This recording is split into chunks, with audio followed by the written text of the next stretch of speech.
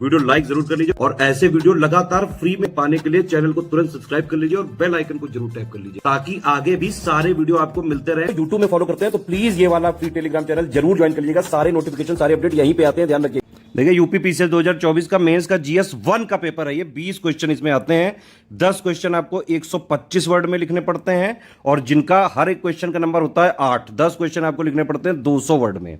इसका सिलेबस अगर आप देखेंगे जीएस 1 का तो 15 पॉइंट का सिलेबस है, ठीक है। और हर सिलेबस के हर एक पॉइंट से इस बार क्वेश्चन पूछने की कोशिश करी है आयोग ने।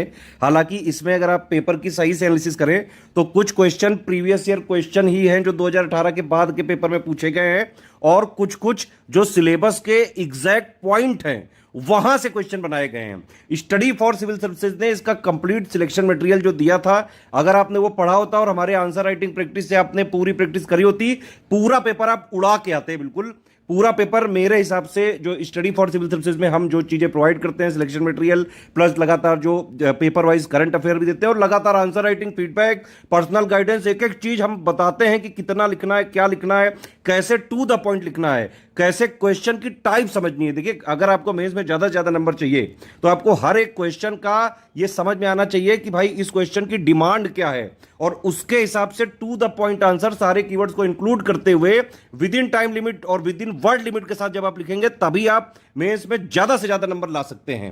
हमारे एससीएस के स्टूडेंट्स के लिए ये पेपर बहुत ही इजी टू मॉडरेट टाइप का है। आप बताइए कैसा लगा आपको पेपर। पहला क्वेश्चन जैसे यही कि भाई literary sources ancient Indian history के लिए बहुत ही सिंपल सा क्वेश्चन है। डायरेक्टली अगर किसी ने थ्योरी भी पढ़ी होती और थोड़ा बहुत भी प्रैक्टिस की होती ये क्वेश्चन हो सकता था। अच्छा टॉपिक वाइज अगर आप देखें तो इस बार वर्ल्ड हिस्ट्री से 2 क्वेश्चन आए हैं, ठीक है। वर्ल्ड ज्योग्राफी से 3 क्वेश्चन आए हैं और रिसोर्सेज से भी 1 क्वेश्चन आया है। अर्बनाइजेशन से 2 क्वेश्चन आए, एक स्मार्ट सिटी से और एक स्मार्ट विलेज से। स्मार्ट सिटी से पहले क्वेश्चन आ चुका था भाई। पॉपुलेशन से 1 क्वेश्चन आया है, पॉवर्टी से 1 क्वेश्चन आया है, सोसाइटी से 2 क्वेश्चन आया, आर्ट एंड कल्चर के 3 क्वेश्चन आया, बिल्कुल इजी। मॉडर्न हिस्ट्री से 1 क्वेश्चन आया, ओशियनिक रिसोर्सेज से 1 क्वेश्चन आया है, रोल ऑफ वुमेन से 1 आया है, पोस्ट इंडिपेंडेंट हिस्ट्री से 1 और एक ग्लोबलाइजेशन से। पहला क्वेश्चन आप देख सकते हैं बिल्कुल इजी है। ये इंट्रोडक्शन जो है यहाँ पे ये कह रहा है कि एंशिएंट इंडियन हिस्ट्री का। दूसरा कि भाई ये इंडिया जब आज़ाद हुआ, इंडिपेंडेंस मिली, तो पोस्ट इंडिपेंडेंस हिस्ट्री अगर आप देखें इसके सिलेबस में बाकायदा 1960s तक मेंशन्ड है और क्वेश्चन भी वही आ गया कि भाई क्या है इमीडिएटली आफ्टर इंडिपेंडेंस। आप समझ रहे हैं 1950s से 60s तक का पीरियड का ही है सिलेबस में बस, और एग्जैक्टली वही पूछा है।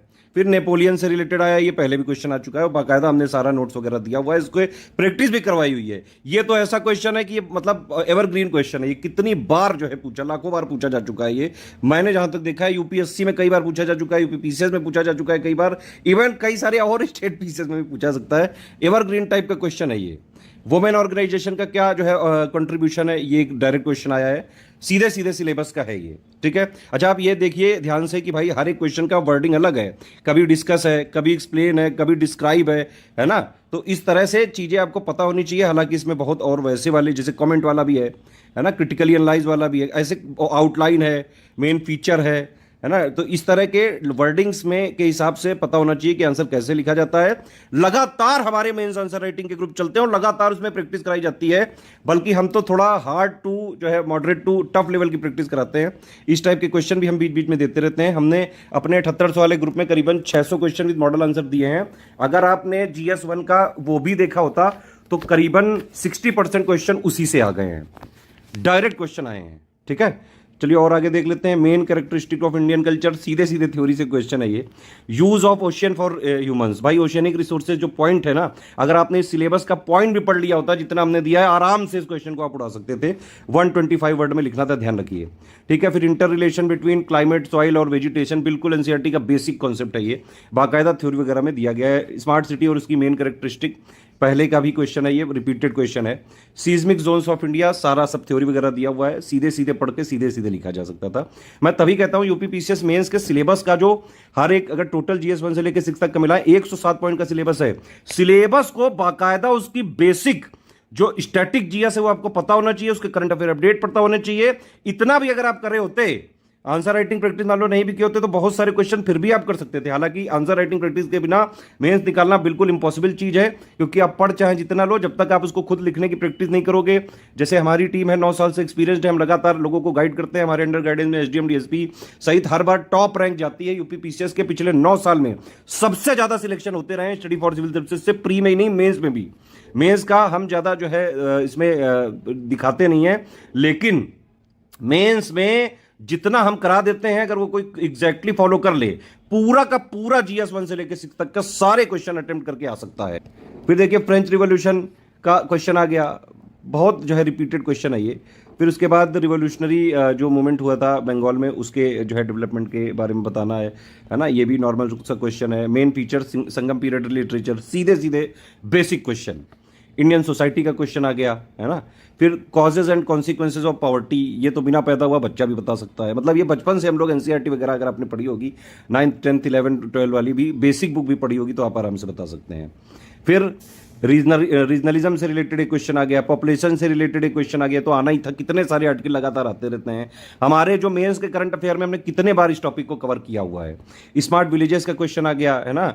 बायोडाइवर्सिटी कंजर्वेशन का, देखिए यहाँ पे एक नया वर्ड का देख रहे हैं, इलुसिडेट। तो हर एक क्वेश्चन में एक जो है वो कीवर्ड होता है कि भाई उस क्वेश्चन में पूछा क्या गया है, उसी से पता चलता है, ठीक है। सुनामी का भैया कैरेक्टरिस्टिक, कॉज और effect with example, direct theory का सवाल है। मेरे हिसाब से तो जीएस 1 भाई मैं तो कहूंगा इजी टू मॉडरेट ही रहा ये। आप बताइए कितने क्वेश्चन अटेम्प्ट करके आए। देखिए सबसे इंपॉर्टेंट चीज है मेंस के पेपर को पूरा अटेम्प्ट करना 3 घंटे में लगातार, ठीक है। जीएस 1 का पेपर हो चुका है, इसका पेपर की पीडीएफ मैं टेलीग्राम में डाल दे रहा हूं। इस वाले टेलीग्राम ग्रुप को आप जरूर ज्वाइन कर लो और ज्वाइन करके रखो लगातार। प्रीवियस ईयर पेपर सारे आपको यूपीपीसीएस के, यूकेपीएससी के, लगातार जीएस का रिवीजन, बहुत सारे फ्री इनिशिएटिव में यहाँ पे लगातार चलाते रहते हैं। इसको ज्वाइन कर लो, ज्वाइन करके रखो। यूपीपीसीएस 2025 की भी मेंस की सिलेक्शन तक की तैयारी का ग्रुप चल रहा है। आंसर राइटिंग का भी लगातार चल रहा है, टेस्ट सीरीज का भी चल रहा है, एसे राइटिंग का भी चल रहा है, हिंदी राइटिंग का भी चल रहा है। यूपीपीसीएस 2026 की भी प्री प्लस मेंस की सिलेक्शन तक की तैयारी का ग्रुप चल रहा है। हमारे इन नंबर पर कॉल या व्हाट्सएप करके आप पूरी जानकारी लेके यूपीपीसीएस की सिलेक्शन तक की तैयारी सिर्फ एक ही जगह से कर सकते हैं।